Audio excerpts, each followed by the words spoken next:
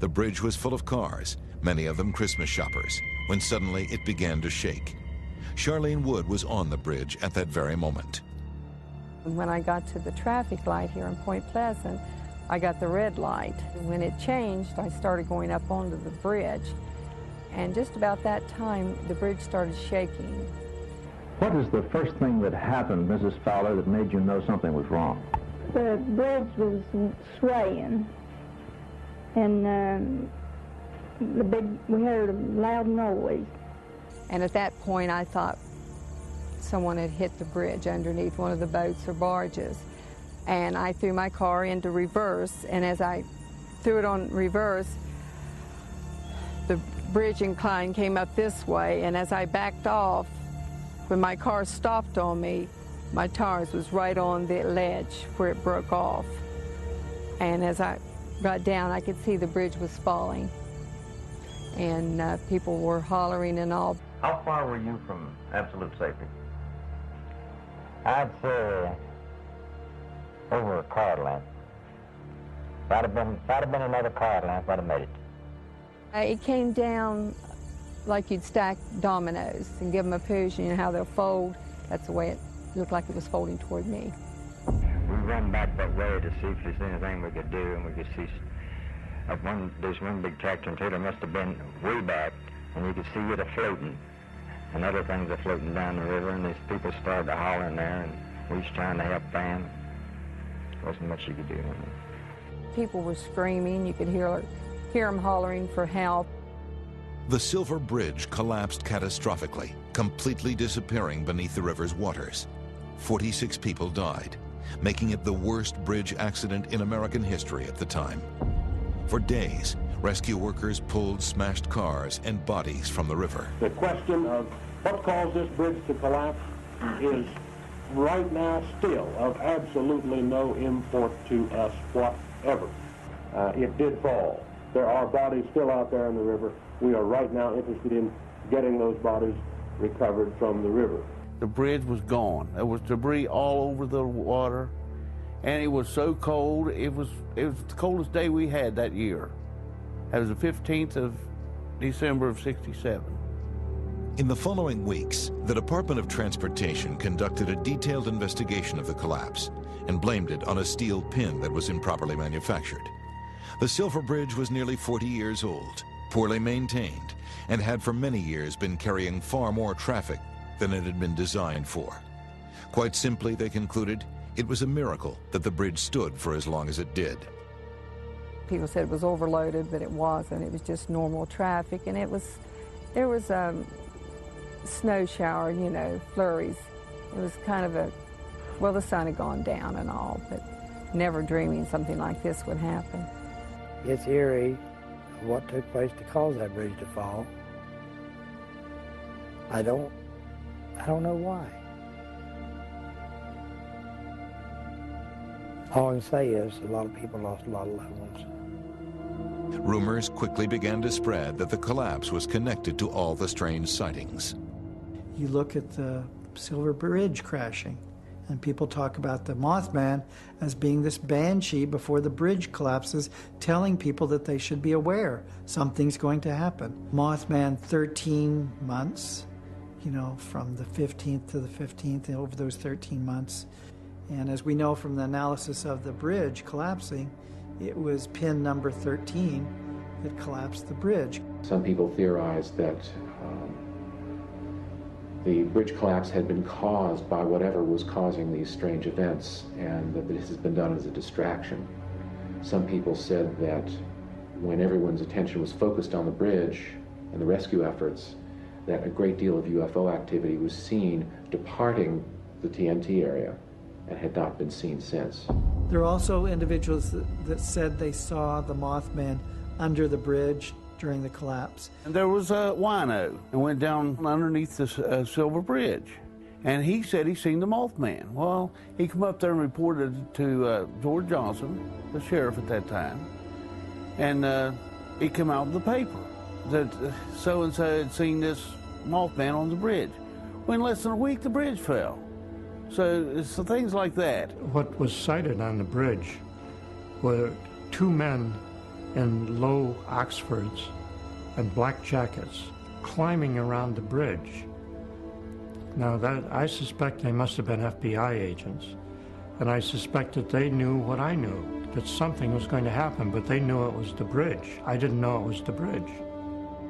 Others told of being visited before the collapse by the creature and finding themselves unexpectedly waylaid when they tried to get on the bridge that afternoon. I keep wondering, why me?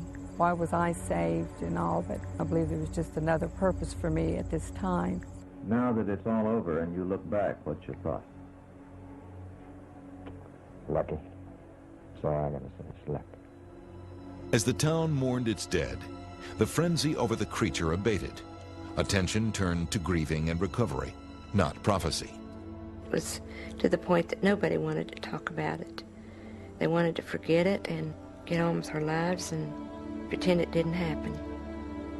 One of the most peculiar things about that event was that after it occurred, all of this anomalous activity seemed to disappear, seemed to stop. But it didn't stop. The Silver Bridge collapse was only one of a series of tragedies. The creature would appear again, and disaster would strike wherever it was seen.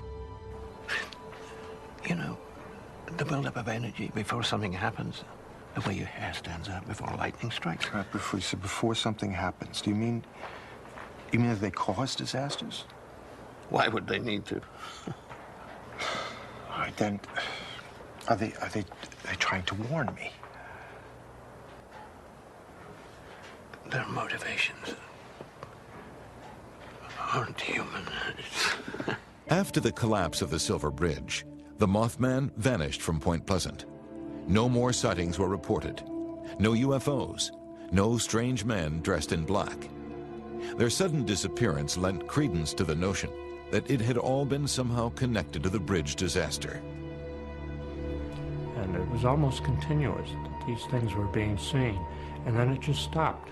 You know, we tried to figure out why and all this, but there was nothing explained that we could explain.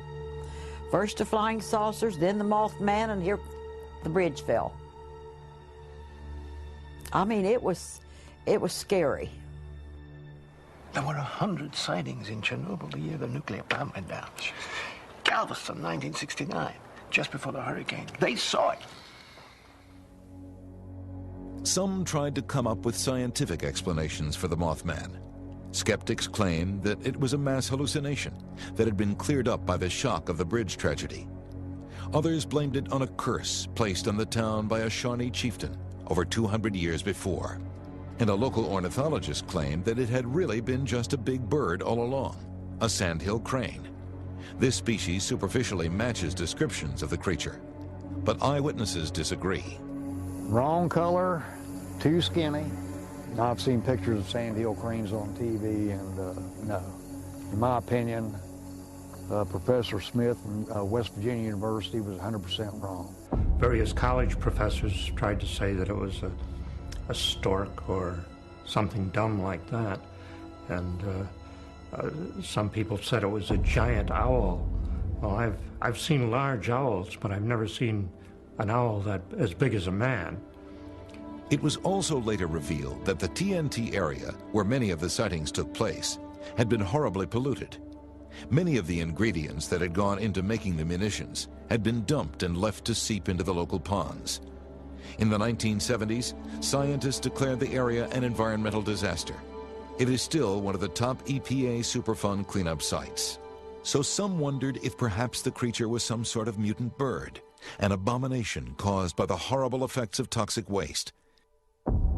But that didn't explain the strange lights in the sky, the abject terror felt by eyewitnesses weeks and even years after their encounter, even today.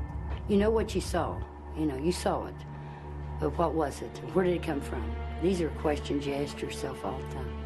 Is there something out there that, you know, stalking us? I mean, you can't deny what you saw. It's just very hard to explain, you know. Very hard to explain. I mean, that's something strange. They're here one minute, gone the next. Why did they come here in the first place? Too many people saw it. whatever it was, for it not to be something. And it has been seen again. Sightings have been reported around the world since then, always just before a major disaster. Mexico City, 1985. Reports of huge, strange birds appear in the weeks before a destructive earthquake rocks the city. Chernobyl, 1986. Locals describe frightening encounters with a bird-like man over the course of several months. Encounters that end with a devastating accident at the nuclear power plant. It's going on all over the world. It still is. And I've gotten tons and tons of mail from it, from people claiming similar experiences or thanking me because suddenly they realized what they had really experienced, what they'd really gone through. A lot of people all over the world have seen these things and been bewildered by them. Dozens of sightings have been reported in just the last few years. And in September of 2001, an eyewitness came forward claiming to have seen an enormous bird-like creature in western Pennsylvania. It was just like one of those 8mm black and white horror films. Perhaps once we are able to overcome our fear and look beyond the mere manifestations, humanity will finally glimpse the real truth. For now, however, there is no rational explanation for what has happened and seems to still be happening. I'm sure it's happening somewhere in the world right now. It has always happened. I really understand that people are skeptical of Mothman.